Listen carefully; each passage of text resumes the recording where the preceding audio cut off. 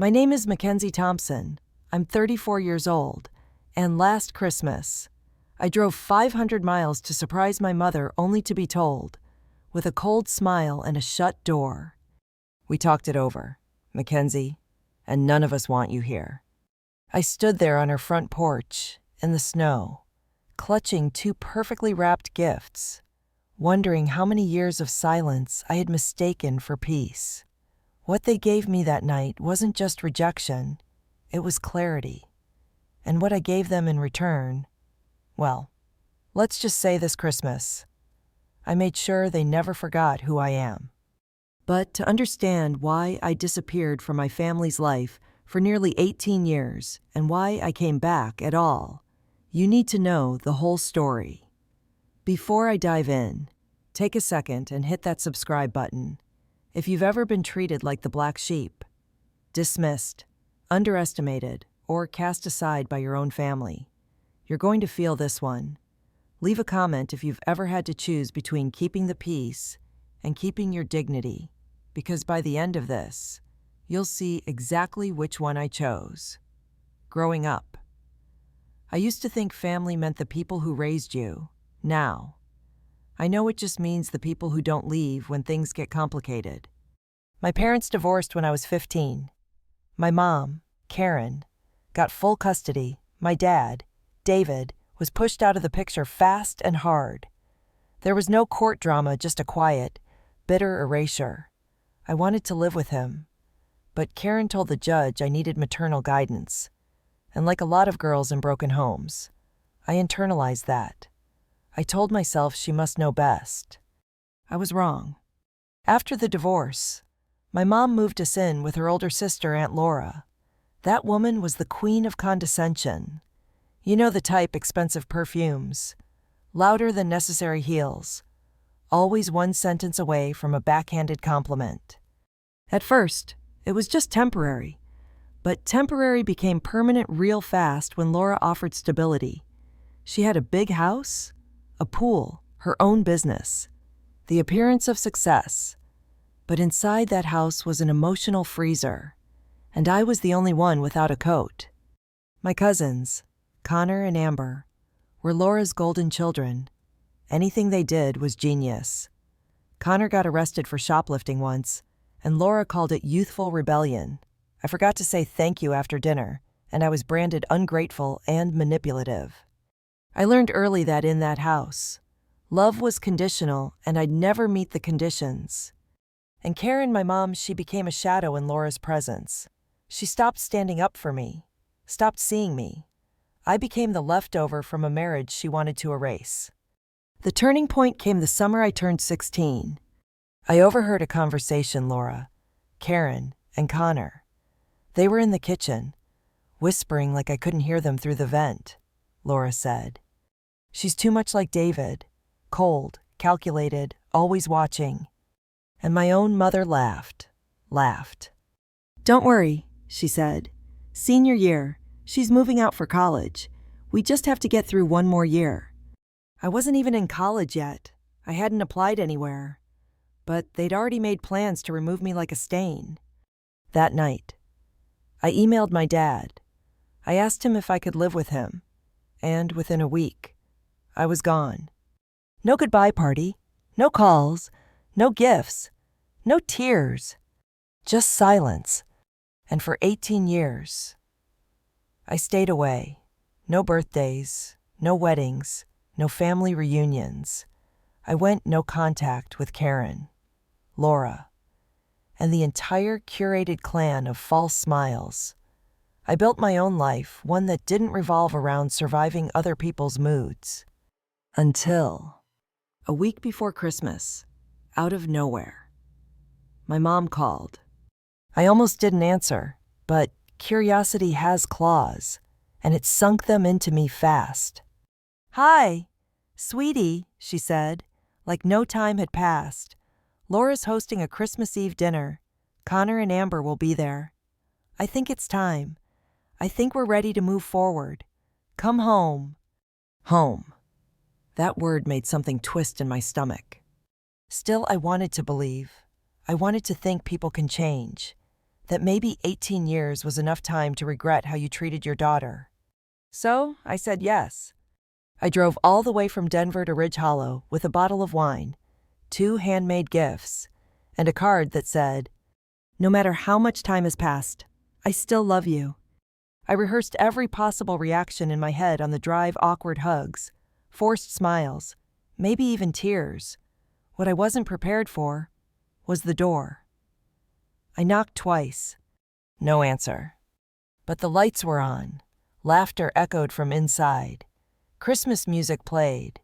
I saw silhouettes moving past the window, people in dresses, in heels, holding wine glasses.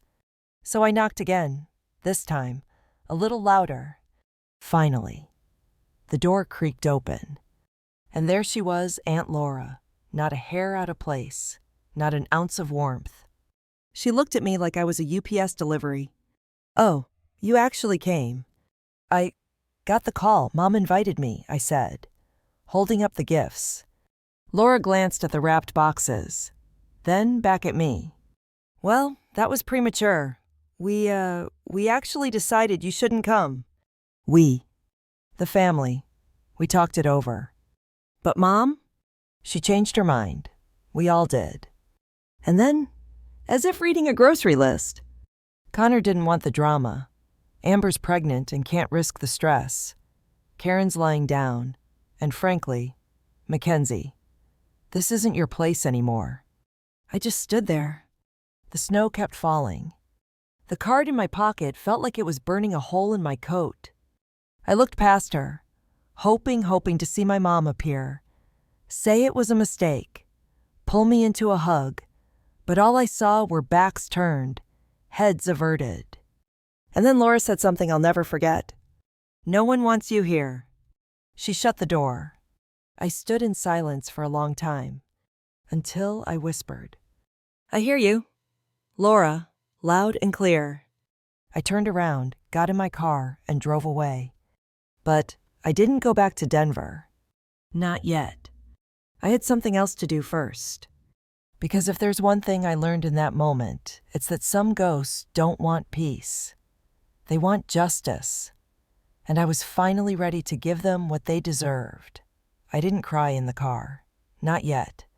I just gripped the steering wheel so tightly that my knuckles turned white, while Mariah Carey blared from someone's nearby lawn speaker like some cruel cosmic joke. "All I want for Christmas." Yeah, well, not happening.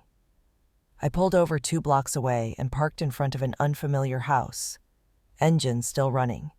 My heart was pounding in my throat. A cocktail of embarrassment, rage, and something colder resolve.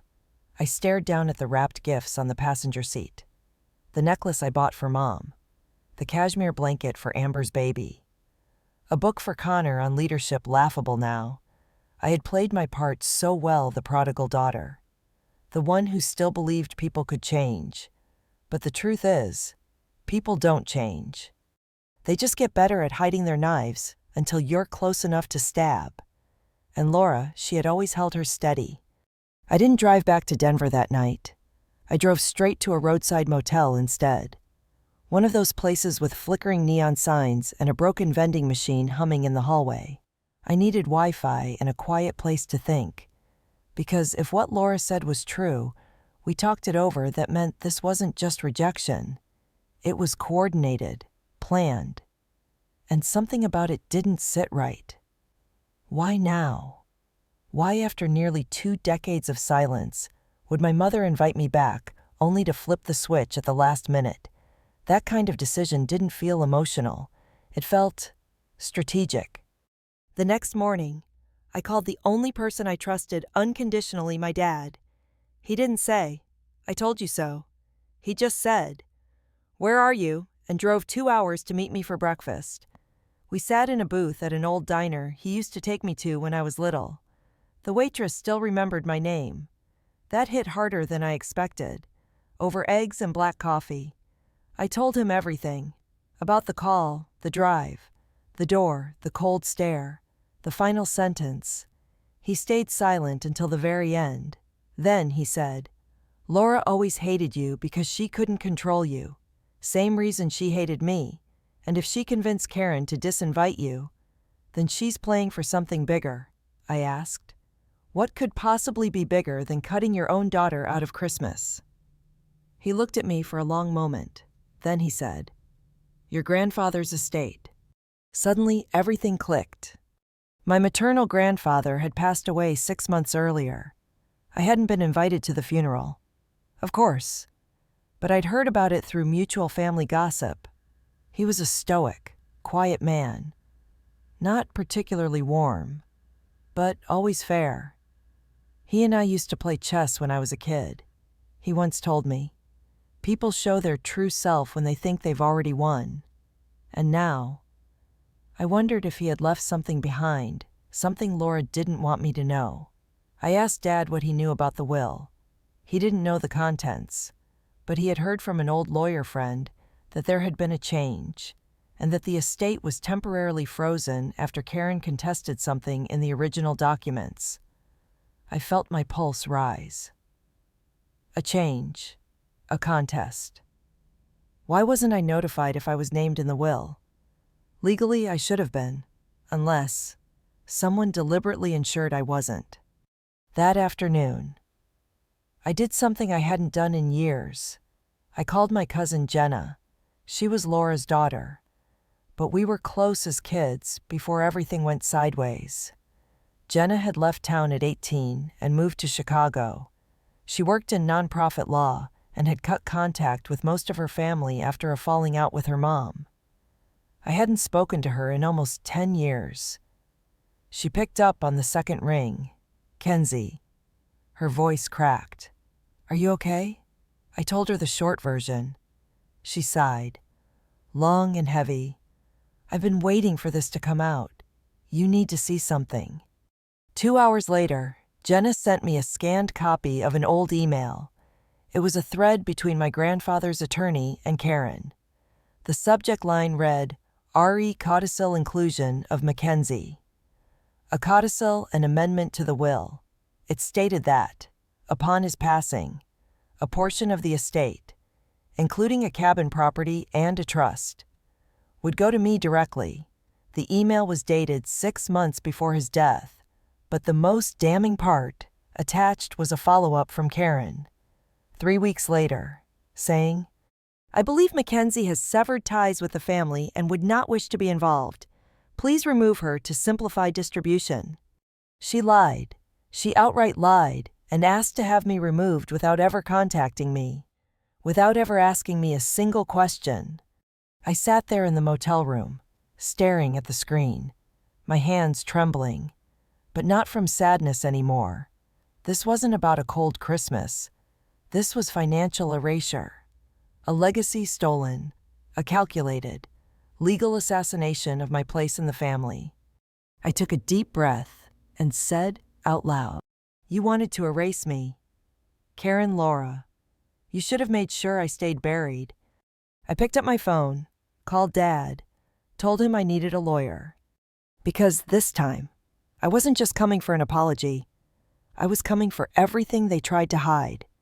But first, I needed a plan that didn't just expose them, but made sure everyone saw it.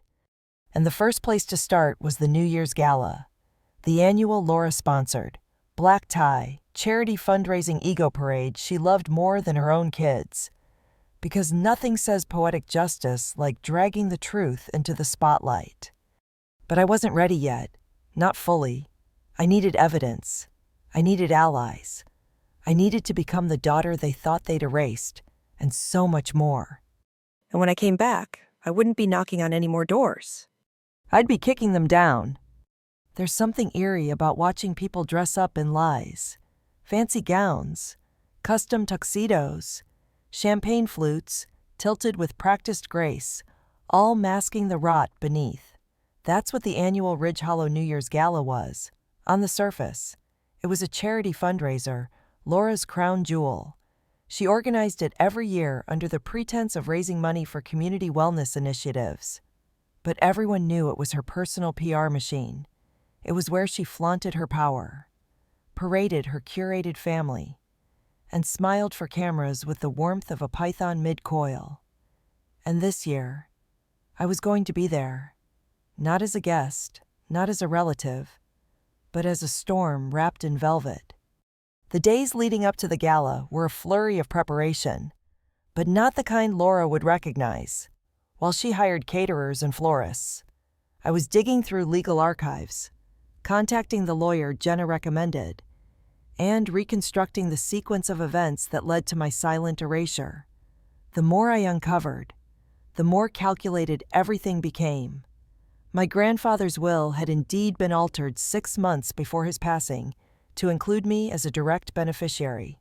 Karen, using her medical power of attorney during his final decline, had pushed through a reversion using an unverified psychological evaluation, claiming I had severed all family ties voluntarily. The document was signed by a physician who, upon further investigation, turned out to be Laura's tennis partner's husband. Not only was it legally dubious, it reeked of manipulation. My lawyer, Saul, was a methodical, unshakable man with a talent for exposing inconsistencies without blinking. After 3 days, he looked at me and said, "If this goes to probate, they're toast. But you need to decide, do you want revenge or legacy?" I told him. Both. Because revenge without truth is empty, and truth without consequence is meaningless. But more than anything, I wanted everyone, every guest at that gala, every silent conspirator, every passive sibling to see who these people really were. And I wanted them to see me, not as the forgotten daughter, not as the quiet girl in the corner, but as the reckoning. Jenna agreed to help me get in. Laura hadn't spoken to her in years, but her name was still on the donor list, and she was allowed a +1. She sent a last-minute RSVP, and just like that, we had 2 seats at the most exclusive table in town. I wore black silk, simple, understated, sharp as a blade, my hair pulled back, minimal jewelry, no family heirlooms, no sentimental trinkets, nothing that tied me to the people who had erased me. Jenna looked radiant, but nervous. "You sure you want to do this?" she asked as we sat in her car outside the venue. "I've never been more sure of anything in my life," I said. We walked in just after the first speech. The room was lit like a cathedral, full of gold and crystal and artificial warmth. Laura stood at the center of the stage, thanking sponsors, laughing with false delight, and gesturing toward the slideshow behind her photos of Ridge Hollow heroes from the past year. Connor and Amber sat at the front table, smiling dutifully. Karen was seated beside them, thinner than I remembered, but still with that air of delicate detachment, as if life only ever happened to other people. Not one of them saw me come in. Not at first. We moved to the side. "Not drawing attention," Jenna whispered. "Let her finish the speech. We'll go after." I nodded. My pulse was steady, strangely calm.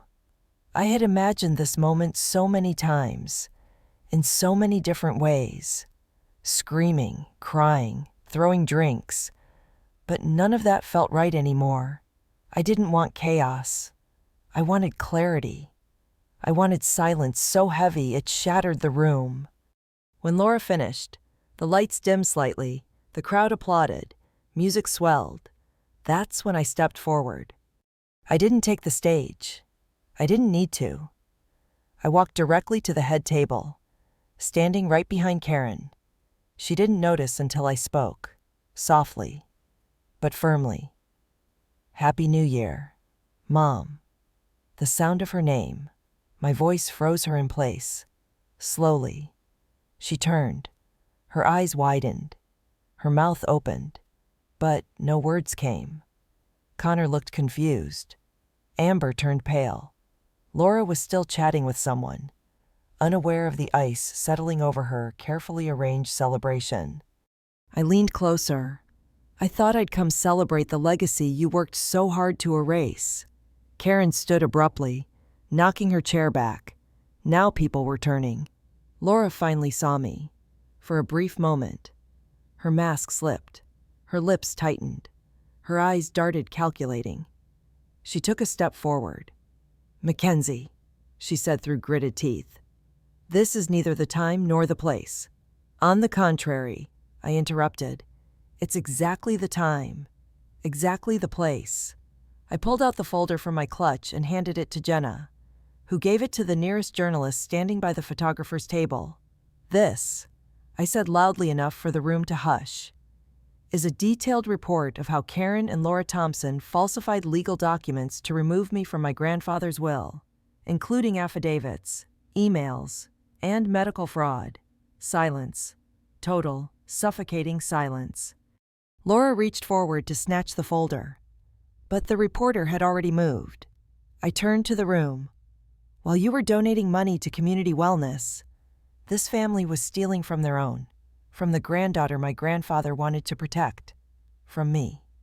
Karen sat down heavily, eyes glassy. Connor stood but didn't move. Amber whispered something to her husband and looked away. And Laura stood there, spine straight, defiant. "You can't prove intent," she hissed. I smiled. "No. But I don't have to. The court will." I walked out then, slowly, not looking back. Outside. The cold air hit me like a baptism. Jenna followed, tears in her eyes. That was brutal. It was necessary. I said, "They wanted me to stay quiet, but silence is how they survived for years. I'm done being quiet." The story broke the next day. The documents went public. The probate process reopened. Karen resigned from the charity board. Laura disappeared from public life. Connor called once, said he didn't know and was sorry. But I didn't pick up. Amber sent a long email full of vague regret and no accountability. I archived it. Weeks later, I stood in front of my grandfather's cabin, the one he meant to leave me. It was small, unpolished, but it was mine. No one could erase me from it. Not anymore. Inside, above the fireplace, I found something I'd forgotten, an old photo of him and me playing chess. On the back, in faded ink, he had written, "To my sharpest piece, stay 3 moves ahead." I smiled. Because I did, and they never saw me coming. I wish I could tell you the gala was the end of it, that after the truth came out, justice unfolded smoothly, and everyone learned their lesson. But in real life, people like Laura don't crumble that easily. They don't beg for forgiveness or fade into the background with shame. They dig in, they double down, they lawyer up. And that's exactly what she did. 2 days after the article dropped, my lawyer called. "They've filed a counterclaim," Saul said. "Calmly but firmly, Laura's accusing you of fabricating the email chain and coercing a family member, your cousin Jenna, into falsifying documents to damage her reputation." I didn't say anything for a second. Not because I was shocked, because I wasn't. It was the exact move I expected from her. Laura didn't just want to silence me. She wanted to destroy me, turn me into the unstable, bitter exile they'd always painted me to be. It was textbook gaslighting, only this time. She was doing it in a courtroom. The weeks that followed were brutal. Legal paperwork, depositions, subpoenas, my email history, my finances, my relationships, everything was under a microscope. Laura hired a top-tier attorney with a reputation for aggressive defense tactics and no ethical compass. Their strategy was clear: discredit me personally, then bury me procedurally. Karen, meanwhile, went completely silent. She issued a public statement stepping down from the family foundation, citing mental fatigue and privacy concerns. But she never once reached out to me privately, not to explain, not to apologize, not to ask how I was coping with the public fallout of the story she helped engineer. And somehow, that silence cut deeper than Laura's attacks. The one advantage I had, Jenna, she never wavered. When they tried to intimidate her, threatening to audit her nonprofit, Question her credibility? She stood her ground. Let them, she said. They've lived their whole lives in illusion. They don't know what to do with someone who has nothing to hide. Saul, for his part, moved strategically. He filed a motion to unseal all previous probate documents connected to my grandfather's estate, including email logs and call records from the last 6 months of his life. What we found was damning. Buried in the metadata of Karen's original request to remove me from the will was a series of forwarded messages from Laura. Messages where she explicitly stated, "Mackenzie is gone. No contact in over 10 years. She doesn't want anything." Let's keep this simple. There it was, the admission. Clear intent to manipulate the legal narrative and to conceal information from me, a legal heir. Saul turned that into the foundation of our case, the moment we submitted it. The tone shifted. Laura's lawyer went from smug to tense. Suddenly, their responses came slower, more cautious. They requested mediation. Saul said no. Meanwhile, the media frenzy had begun to die down. But whispers continued. Donors pulled out of Laura's charity. Amber stopped posting on social media altogether. Connor removed Thompson Family Enterprises from his LinkedIn profile. The empire was cracking. But what surprised me most was what came next, because I hadn't expected betrayal from within their ranks. One afternoon, Saul called and said, "You've got a new ally." Guess who just offered a sworn affidavit? I assumed it was another disgruntled ex-employee, or maybe one of the cousins. But no, it was Connor. Apparently, after weeks of silence and pressure from his wife, he finally broke. In a 10-page statement, he detailed how Laura had orchestrated the will alteration, and how Karen, though reluctant, went along to preserve family peace. He admitted he was aware Mackenzie had been included originally, and that Laura told everyone, "She's a threat to our narrative. If she gets her hands on that trust, the media will eat us alive." He even mentioned a conversation where Laura said, "If Mackenzie ever comes back, we shut the door, hard." Connor's affidavit shifted the balance entirely, with one of their own testifying against them. The court scheduled a hearing to reassess the will under suspicion of fraud and coercion. I showed up that day in a black suit with no jewelry, just a small pin on my lapel, my grandfather's old rook chess piece. The room was packed, but silent. Saul spoke calmly, laying out each thread with surgical precision. Emails, statements, financial traces. And then Connor was called to the stand. I hadn't spoken to him since we were teenagers, but I watched him closely as he sat there, sweating under the courtroom lights. He didn't look at me, but his voice was steady. He confirmed everything, and for the first time, I saw something I hadn't seen in years: accountability. Not enough, but something. When Karen was called, she declined to testify, citing health reasons. Laura, she took the stand. Of course, she couldn't resist a spotlight. Her testimony was fire and ice, calculated charm, hollow righteousness. She spun stories about a confused, emotionally unstable girl who misinterpreted the family's attempts to protect her. But the judge wasn't buying it. He interrupted her 3 times to clarify inconsistencies, especially regarding the date of the forged evaluation. Her answers wobbled. Her facade cracked. In the end, the court ruled in my favor. The amendment to the will was reinstated. The trust and cabin were awarded to me in full. The foundation was fined for misappropriation. Laura was placed under investigation for fraud and perjury. Saul shook my hand, said, "You just buried an institution." But it didn't feel like victory yet. Not really. Because legacies aren't just about money or property. They're about truth. And now that the legal dust had settled, there was one thing left I needed: a conversation, a final reckoning, with the woman who gave birth to me and chose, every step of the way, to protect everyone but me. Winning the case wasn't the end. It was a beginning I hadn't prepared for. When the judge read the ruling, and the courtroom slowly emptied, I didn't feel triumphant.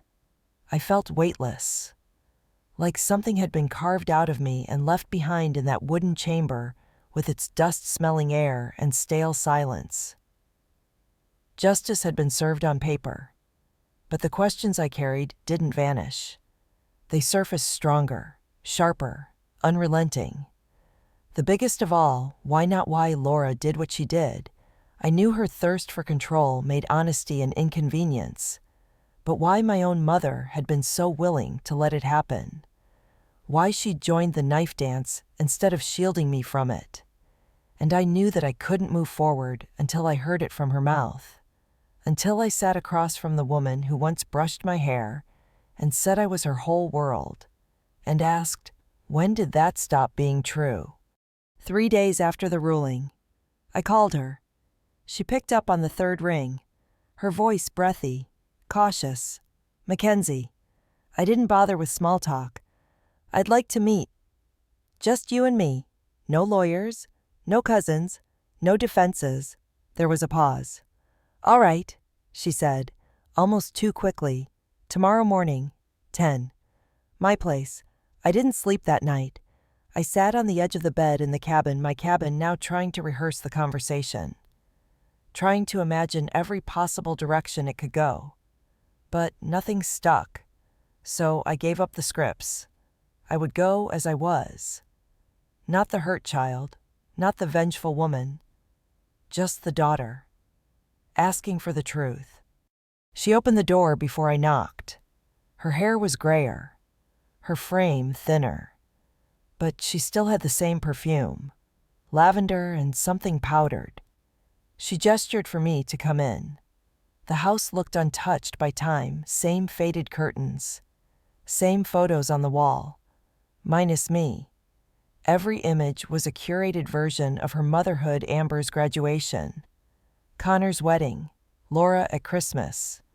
My name, my face, my presence cut like a deleted sentence. We sat across from each other in the living room. She poured tea. Neither of us touched it. Why did you call me that night? I asked. She looked down, fingers laced together. Because I missed you. I waited, but then you shut the door. She inhaled slowly. I didn't know Laura had. I didn't think it would go that far. I shook my head. Don't lie. You were part of it. The emails, the removal from the will, the erasure. You didn't hesitate.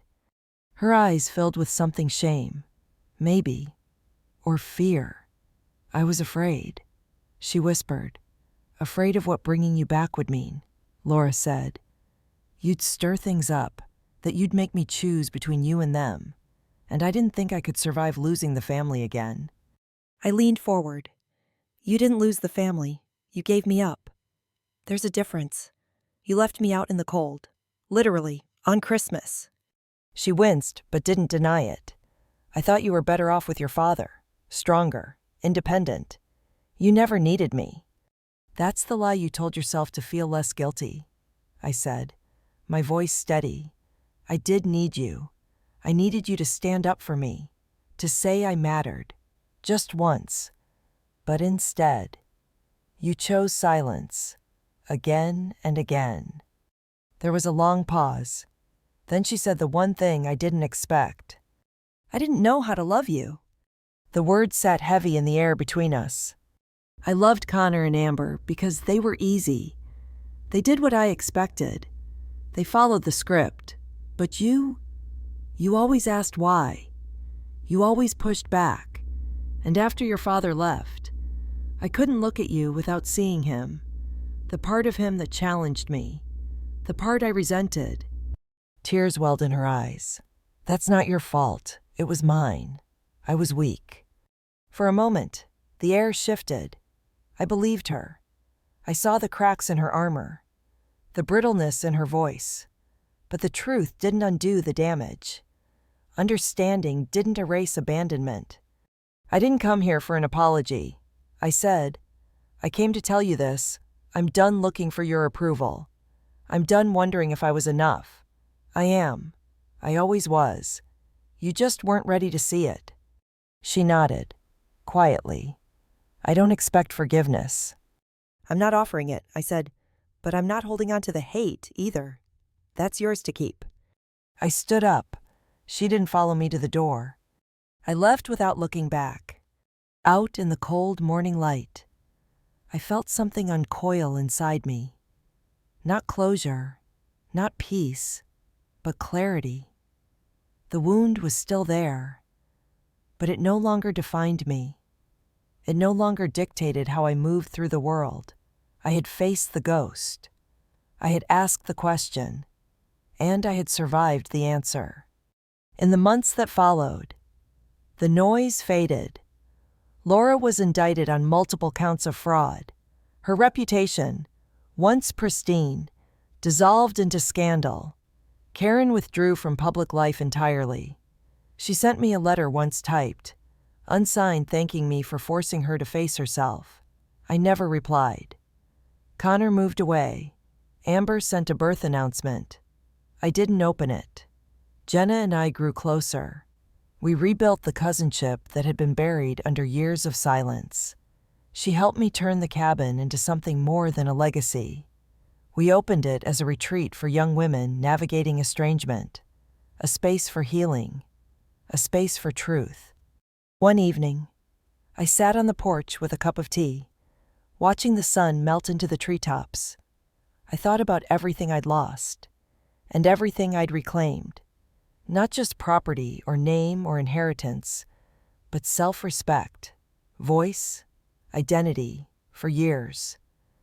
I'd been defined by absence, the missing daughter, the quiet shame, but now I was whole. Not because they let me back in, but because I chose to walk away standing tall. Sometimes the final cut isn't a wound, it's a release. The truth is, not every family deserves a second chance. Some people only know how to love you when you fit their narrative. The moment you challenge it, they erase you.